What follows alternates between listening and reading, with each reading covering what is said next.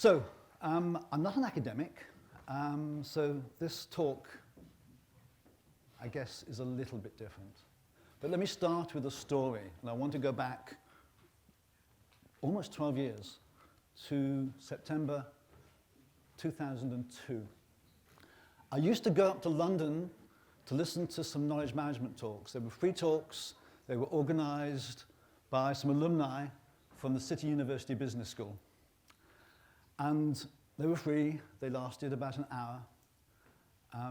We'd have a speaker, normally some time for Q&A, and we'd go down the pub afterwards.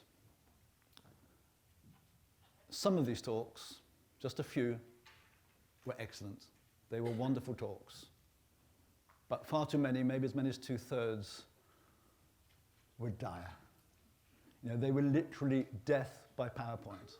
I can never understand why speakers who know they've got 30 minutes or so to speak will have over 100 PowerPoint slides.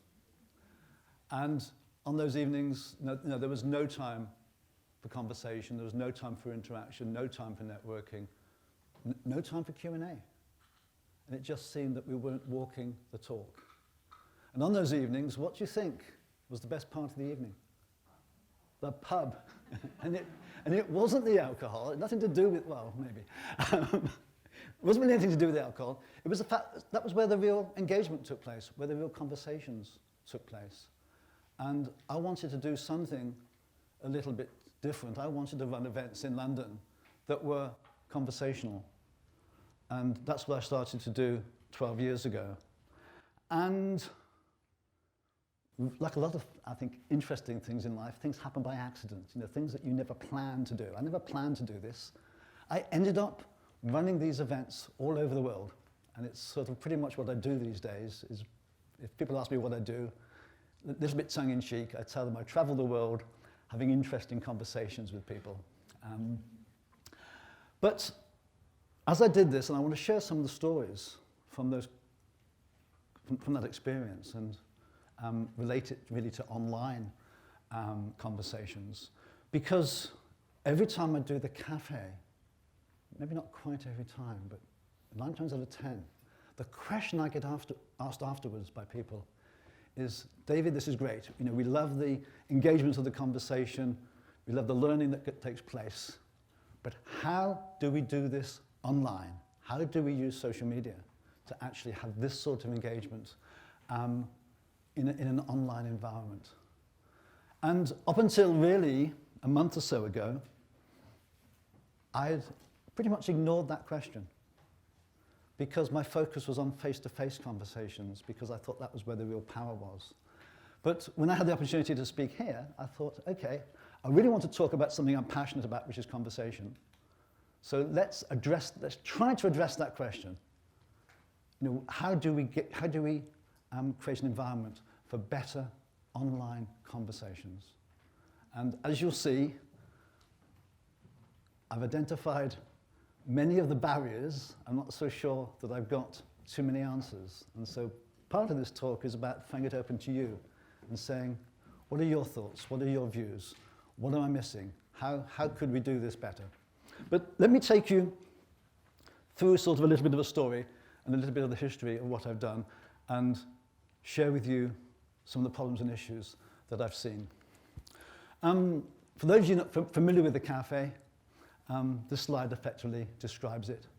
It's really just a very simple process for bringing people together to have a conversation around a topic of mutual interest, primarily with the aim of learning from each other.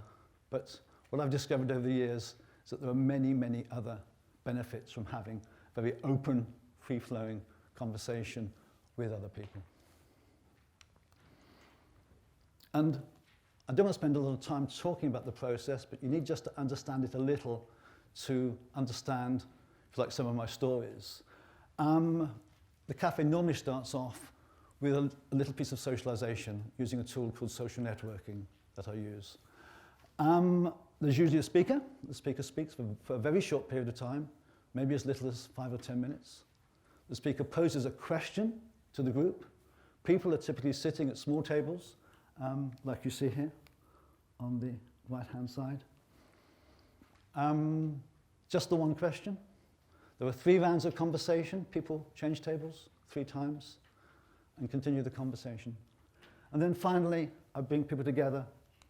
If I can't always do this in a circle if the group's small enough. And we continue the conversation in the circle. And we end up sharing, if you like, the insights that we've gleaned from the small group conversations. It's a bit more to it than that, but if you understand that, then that's all you need to understand for now. And those of you who may be familiar with the World Café, it's a very similar process. Now, as I say, more by accident than anything, I've ended up running these cafes all over the world. And I wouldn't call myself, by any stretch of the imagination, a cultural expert. I mean, these countries certainly don't represent all the countries in the world, but there's a good sampling there of different cultures. And I could share with you today many, many stories. In fact, I cut 2 or 3 of them out during the coffee break to make sure that I kept to time. And what I want to do is share some of those stories with you. This was a knowledge sharing workshop I ran in Jakarta in 2007.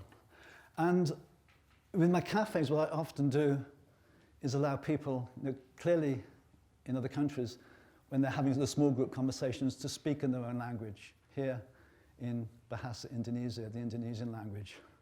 But I'd run a knowledge cafe the day before in the Dutch embassy. And one of the things I realized was that most people's English language wasn't terribly good. And when it came to the whole group conversation, where they needed to speak in English, and I was part of the conversation, they totally dried up.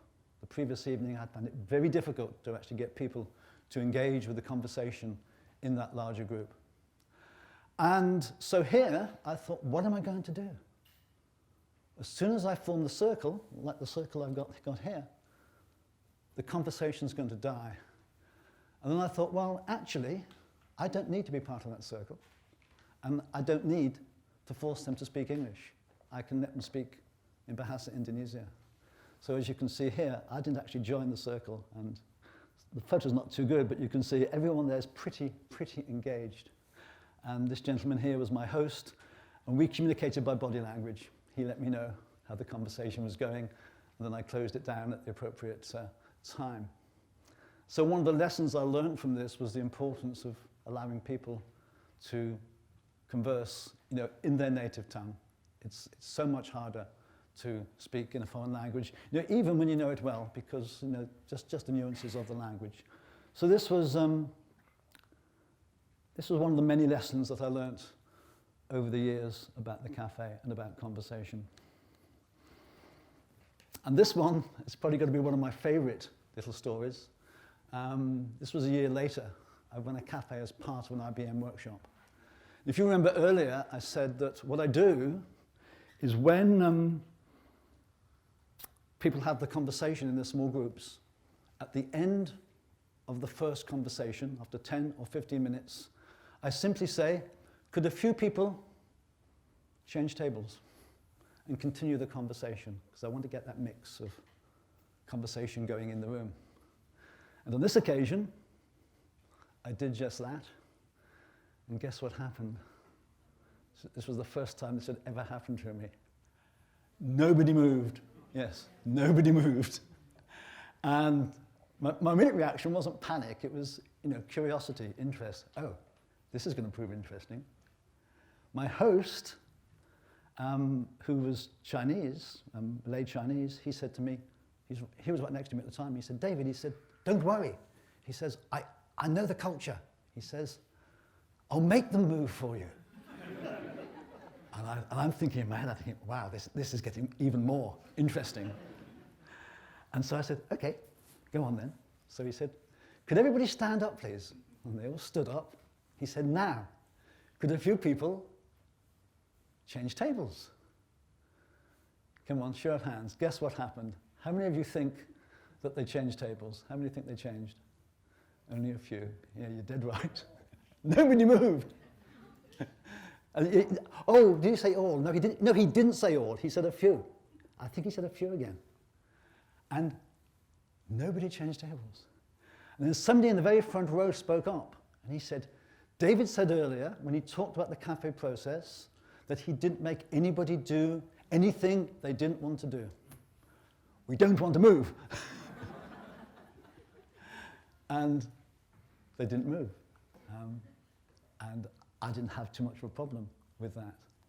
But what I did realize afterwards, reflecting on it, was simply this, was that they had, because it was IBM, they had come in and they had sat in their company groups. One table was a Patronus, another table was Maybank, another table was Malaysian Airlines. And so I was asking them to move out of their comfort zone and join people who they didn't know from another company. They weren't comfortable in doing that. This lady here, I'm not too sure where you're from, but you keep nodding because I think you probably know something about the culture. And so another lesson there for me that, people are not always that relaxed when it comes to talking to strangers. The point about asking everyone to move, I ran another cafe the following day, and that was my insight, was to ask everybody to move. And in fact, the following day they did. It wasn't a terribly good test because it was a totally different group. But in future now, that's one of my little lessons for running cafes in Southeast Asia. I think just a week or so later, I ran a cafe at the University of Bangkok. And here I should have had about 40 people in the room. A few minutes before we start, I realized I only have 20 people. And so I say, where are the other 20? And they said, well, probably about 10 of them have fled. They saw the layout of the room, they realized it was conversational, and they've gone. I said, okay. I said, what about the other 10? They said, oh, they're here. I said, where are they? They said, they're in another room. They asked if they could just watch. There was a video link, so they were watching in another room. And then when it came to the cafe itself, the local Thai people, because it was a mixed group, there were Americans, Australians, British, Indians. The local Thai people basically kept to themselves. They engaged enthusiastically in the small group conversations of 3 or 4 people. But when it came to the large group, really not one of them engaged. It was just Americans, the Brits, the Aussies, the Indians. They were the ones that had the whole group conversation. And so another lesson here was that people were very comfortable talking in their own language with people that they knew, but trying to get them to have that conversation in a larger group was actually very, very difficult. So, yes, another lesson for me. And this one was probably the most moving lesson that I've had today. This was in Abu Dhabi when, back 2011, I ran a cafe, mainly Arab men, Arab women. The women tended to keep themselves separate from the men in that culture. But I'd had a few words with a few of them, and I asked them to mix, and so they were mixing a little. At the end of the cafe, a gentleman came over to me. It wasn't this gentleman. He said to me, David, he seemed almost in tears. He was quite agitated. He said, this has been very uncomfortable for me. And I said, well, why is that? And he said, well, I'm not an Emirati. He says, I'm from Saudi Arabia. And he was in his 40s, maybe 45, that's that sort of age. He said, before today, I had never spoken to any other women other than my mother, my wife, and my 2 nieces. In his whole life, he'd only ever had a conversation with 4 women. And now, at 45, he was talking to strange women. And, it had clearly upset him. And I wish I'd known earlier, because it had been interesting to observe him and to see to what degree he actually engaged in the conversation, because I suspect he probably didn't engage too much. And I realized that, we don't know each other's life histories and the degree to which we are happy to engage with different people, especially, when we're working across cultures. So I could carry on. There's just lots of interesting stories, little anecdotes that I've picked up in running the cafes around the world over the last 10 years. And I've kind of boiled a lot of it down to maybe 4 or 5 barriers to conversation that I've identified. I just want to take you very quickly through each of them because I've probably touched on all of them to one degree or another already. The first is poor English. If people are not confident in their English, then they're not going to engage in a conversation wholeheartedly. Fear of loss of face is one we're very familiar with. People are very afraid often of saying something that they consider stupid, making themselves look foolish. Fear of dominant people in the room, in the conversation. That's a big one. This was one I wasn't aware of. That's the fear of causing someone else to lose face, especially somebody in authority. That's another big issue for a lot of people, say, especially in Southeast Asian cultures. And this one, deference to authority. Again, another little cafe I ran. It was a workshop, it was a 2-day workshop. On the first day, I noticed that there were 2 people, they were in their 30s, business people, man and a woman from the same company. They sat at the back of the room. They didn't engage, they didn't say a word. They kept themselves to themselves. At coffee time, they stood in the corner, just talking amongst themselves. The following day, it was as if a huge weight had been lifted off them. They were engaging, they were laughing, they were talking. They were completely and totally engaged in the workshop.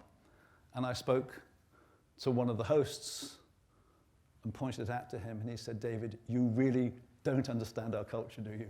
And I said, "No, I don't." He said, "Don't you realize their boss, their CEO of their company was here yesterday.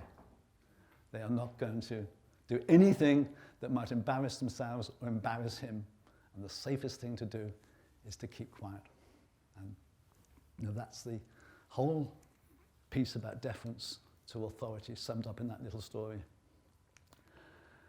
And then just the humility. In those large groups, who am I to have an opinion? Who am I to express an opinion? And that plays into it as well. And then finally, I think just depth of culture. Strangely, I got talking to a young Chinese woman some years ago in Norway. And she said, "David, I understand about my culture and what shaped me." She said, "When I was a little girl and we were taught in school, we sat on a bench, we had to sit on our hands so we couldn't fidget and put our backs up straight, sit there straight, not turn to the left or the right, not talk to the children next to us. And the teacher talked at us." And she said, it was worse than that. We weren't even allowed to ask questions. So that's the way she was taught in school. And then she added, plus we were taught never to ever question our superiors, our teachers or our parents or anybody of an older generation. So she says, "I know that's bad. I know somehow I should break out of that, but it goes so deep." That was the way I was educated for 20 years or so. So a lot of barriers here to conversation. And I think although the stories I'm drawing on here are predominantly from, say, Southeast Asian cultures, those traits are here in our Western culture as well. And also, we've got the issue now in large organizations and even, within countries. We're a mix of cultures. And I have an Indonesian wife. It's one of the benefits of my traveling is I met a beautiful Indonesian woman a few years ago and we're married. And I've just learned so much about culture and that's how deep it goes and the barriers that it puts up between us at times without us ever realizing. But here, I'm talking about conversation. I just tried to boil those barriers down into 6 different barriers that there's nothing terribly scientific about this. These are really just my personal observations.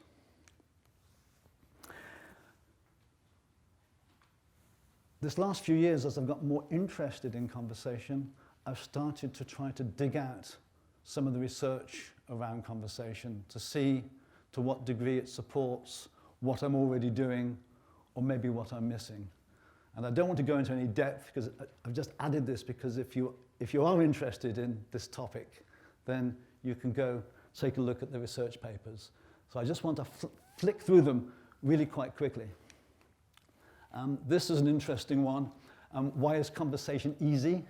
You would think standing up here and presenting to you in some ways would be a lot easier than having a conversation when you think about the dynamics and the social elements of having a conversation. In this paper, the researchers, the authors, reckon that we've evolved for conversation rather than monologue. And of course, this is a big part of what my Café is about, is actually getting away from the death by PowerPoint presentations where people talk at you and making things more conversational, more about dialogue than monologue. And influence of group size. One of the things I discovered very early on, if I wanted to get people to engage in a conversation, I needed to have a small group of 3 or 4 people. And what these researchers have discovered by very careful observation of group conversation is that once you get above about 5 people in a conversation, it's no longer a conversation. It's a series of little mini presentations to each other. It's a series of little monologues. Next time you're in a conversation in a large group, observe what's going on. It's not really a conversation. It's a series of mini statements to each other. And this very much supports just my experience that small groups really do engage, larger groups tend not to. And I rather like this paper. The title's a little bit tongue-in-cheek, Friends with Cognitive Benefits.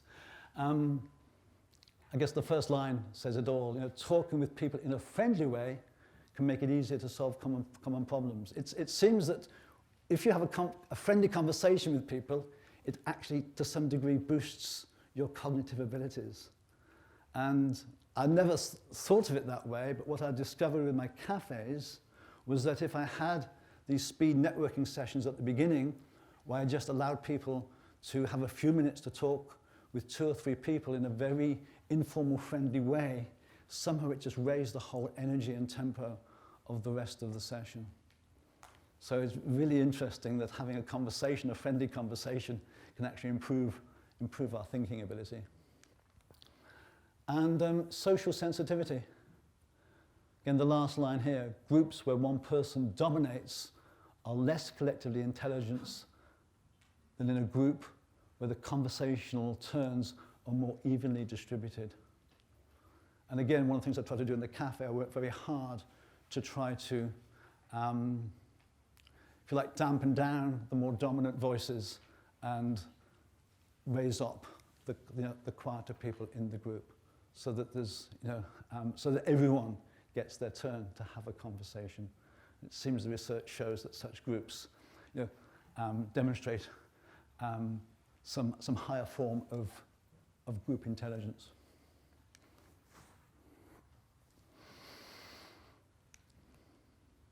So out of all of this, just my experience and the research I've read about, over the years the cafe has evolved, and I just have a few kind of core principles that drive it, and I think they're probably core principles that probably underlie any good conversation. Actually, it all comes back to that very early cafe, or the very early cafes in London, trying to kind of get the same ambience, if you like, as a pub, but, without the alcohol, and in a, maybe a more business setting. Everyone equal. You don't want a hierarchy in the room. You don't want dominant people who are going to effectively silence, a very large number of people in the conversation. Mentioned about not forcing anyone to do anything. I'm trying to create a safe space, because what happens in so many groups and so many conversations, the quieter people just withdraw into themselves and they don't engage. I say it's perfectly okay to go off topic, and if somebody wants to stop me over coffee, I will tell you a rather risque story about one cafe that didn't go wrong, but one table went off on a very bizarre topic, and I didn't stop them doing it because, again, the sorts of conversation that you have in the pub, there's nobody telling you what to talk about or what not to talk about. It seems to me for a conversation to be engaging, it's got to kind of have a flow of its own. And although I've modified this since, with most of my cafes, there are no kind of predetermined outcomes. The cafe is very much about learning from each other. It's not about making a decision or coming to a consensus. So, all these, all that background is sort of fed into those principles and fed into sort of the cafe philosophy. So the question I have for myself, and in some ways a question I'd like to share with you, is, so what does this mean for online discussion forums, or what does it mean for conversations that are mediated by social media?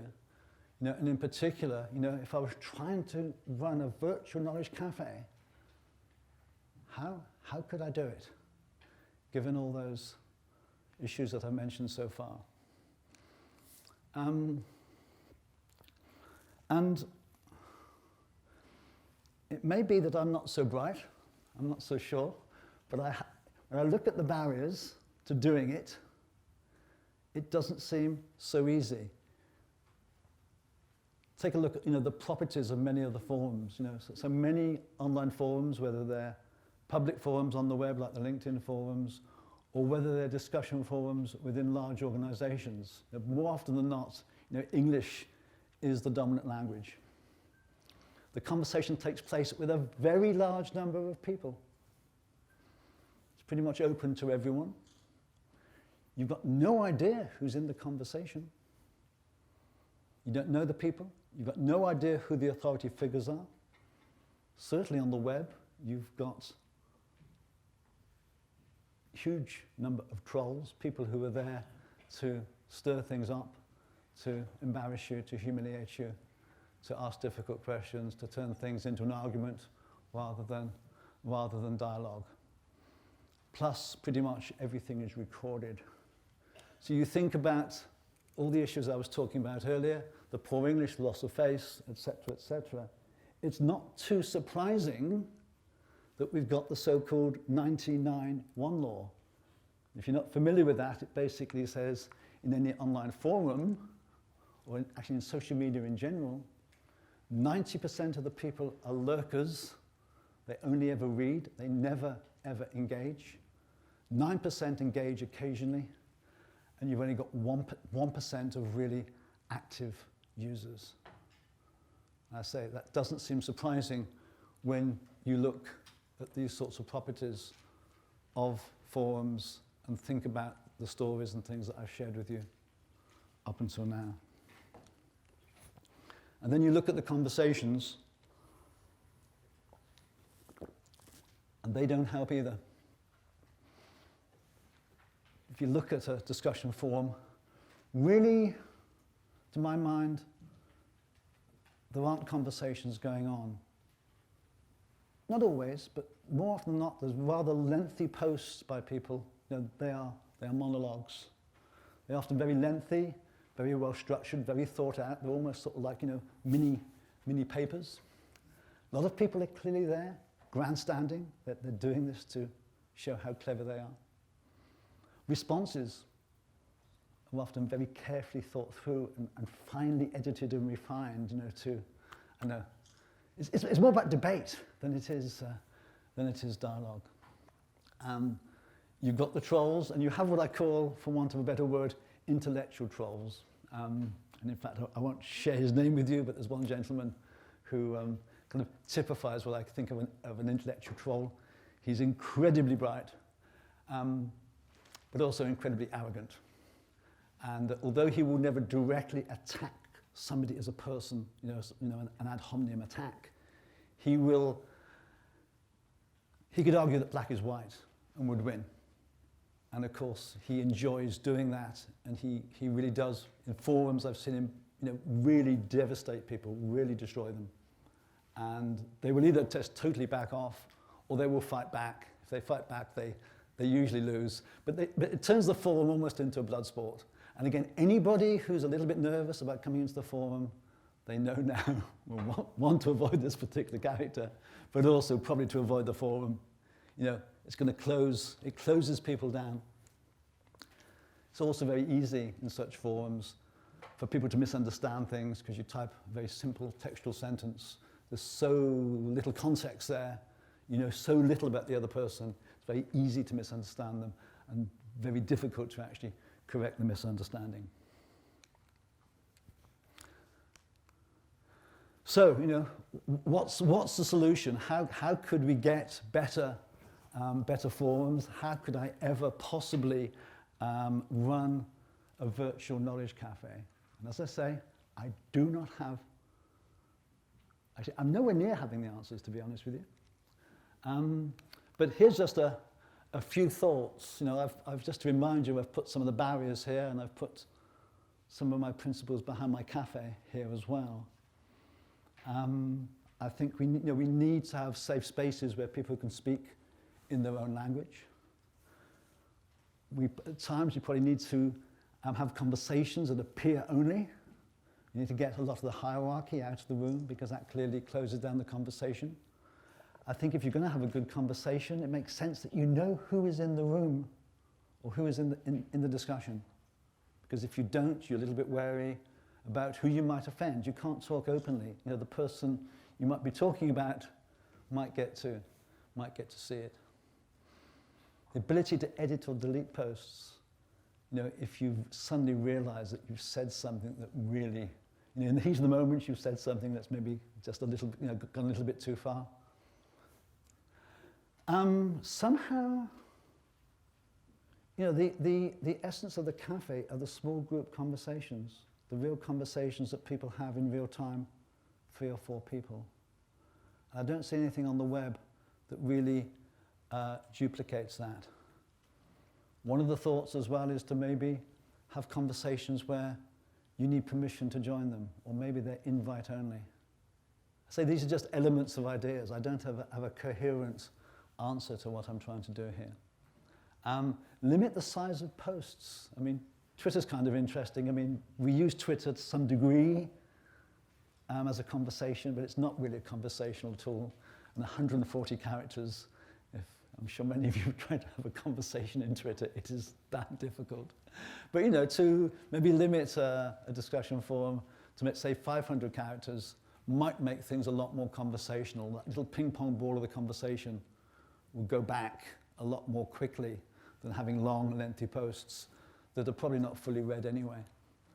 And whether it tries to make sense to do things more in real time than make things asynchronous is worth thinking about. So say, Q&A. Yeah, no, it's interesting. I'm almost there. And look, 16 minutes. This is my favorite toy. It tells me exactly how long I've got, and it's 5 minutes before my time is up, it'll vibrate in my hand, which is wonderful. So, one little tool I had to share with you because I came across it just a few months ago. I love it to bits. They're called randomized coffee trials. It's just a simple method for bringing 2 people together at random once a week to have coffee with each other. And when I tell organizations about this, often within the day, they've adopted it. It was started at Nesta, the Cabinet Office do it, Mars, the Royal Society of Arts, Department of Education. They've all adopting these randomized coffee trials. The Bank of England have something called Coffee Fours, and Sab Miller have randomized beer collaborations, which I think is a wonderful idea. But what occurred to me about this is that you could do this over Skype. You can have a virtual coffee with somebody else. To do that in a large, geographically dispersed organization, to connect to people who you don't know, to start to build relationships with people, might be a precursor to actually improving a lot of the online conversations because you now know more of the people in the room, if you like, than you would have otherwise. If you want to know more about these, drop me a line, because I'm trying to encourage as many people as I can to adopt these so-called randomized coffee trials. But maybe this is the ultimate solution. I was thinking about this a month or two back, and because somebody wanted to virtually join one of my cafes, and I thought, well, could we use technology to do this? And I hadn't realized that there was technology out there. This technology actually exists. Some other examples here. It's, I guess, a blended solution. And I really want to try this out with my cafe at some time. But interesting idea. So, according to my little clock here, I've got 14 minutes left. What I would like to do before I take questions from you is to give you a question and let you have a little bit of a conversation amongst yourselves. You can either talk about my talk, or you can direct yourselves to the question I want to pose for you. So I'll give you like 3 or 4 minutes, maybe 5 minutes at the very most, to have this conversation, and then I'll take questions. So the question is this, how do you think we can improve online engagement, especially in discussion forums, and how might we improve the actual quality of those conversations given everything that I've shared with you this afternoon? Okay? So just turn to each other in 2s and 3s and have that conversation.